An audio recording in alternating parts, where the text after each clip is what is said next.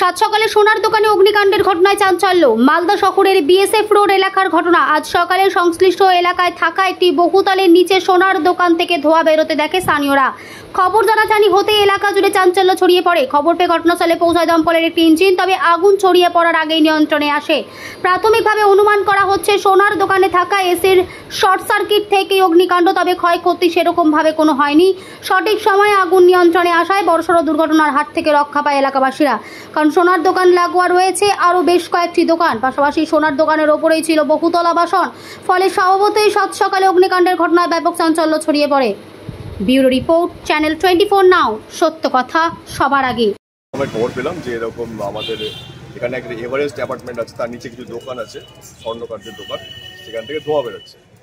স্থানীয় লোকজন দেখেছে, দেখার পর আমায় ফোন করে, আমি যাই, এসে দেখি যে আমার ফায়ার ব্রিগেডকে ডেকেছিলাম, তারা আগুন নিয়ন্ত্রণে নিয়ে এসেছে।